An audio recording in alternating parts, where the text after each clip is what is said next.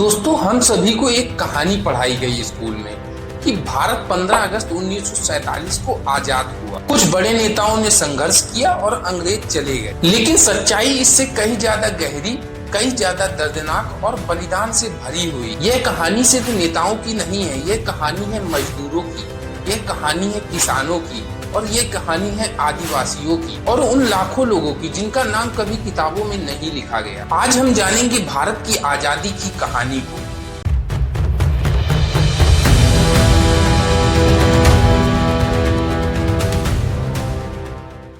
भारत कभी दुनिया की सबसे समृद्ध सभ्यताओं में से एक था। सोना, मसाले, कपड़े और विज्ञान के लिए पूरी दुनिया भारत की तरफ देखती। लेकिन 1600 ईस्वी में ईस्ट इंडिया कंपनी व्यापार के लिए भारत आई और देखते ही देखते व्यापार ने सत्ता का रूप ले लिया। भारतीय राजाओं को आपस में लड़ाया गया, धोखे से संधियां करवाई गई, सेना बनाई गई और भारत अंग्रेजों के कब्जे में चला गया। 1757 की प्लासी की लड़ाई सिर्फ एक युद्ध नहीं थी, वह भारत की गुलामी की शुरुआत थी। अंग्रेज भारत से सब कुछ ले गए, कच्चा माल, पैसा और अनाज, और बदले में दिया भूख, गरीबी और डर। कभी जो भारत सोने की चिड़िया कहलाता था वो अकाल में मरने लगा। एक तरफ अंग्रेजी अफसर शानदार जीवन जी रहे थे और दूसरी तरफ भारतीय भूखे मर रहे थे। लेकिन ये चुप्पी ज्यादा देर तक नहीं चली। 1857 की क्रांति हुई, जिसे अंग्रेज सिपाही विद्रोह कहते। लेकिन भारतीय इतिहास में ये पहला स्वतंत्रता संग्राम था। ये सिर्फ सैनिकों की लड़ाई नहीं थी, यह आम जनता की आवाज थी। हालांकि ये क्रांति असफल रही, लेकिन इसने अंग्रेजों को डरा दिया। अब उन्हें समझ आ गया था कि भारत हमेशा गुलाम नहीं रहेगा।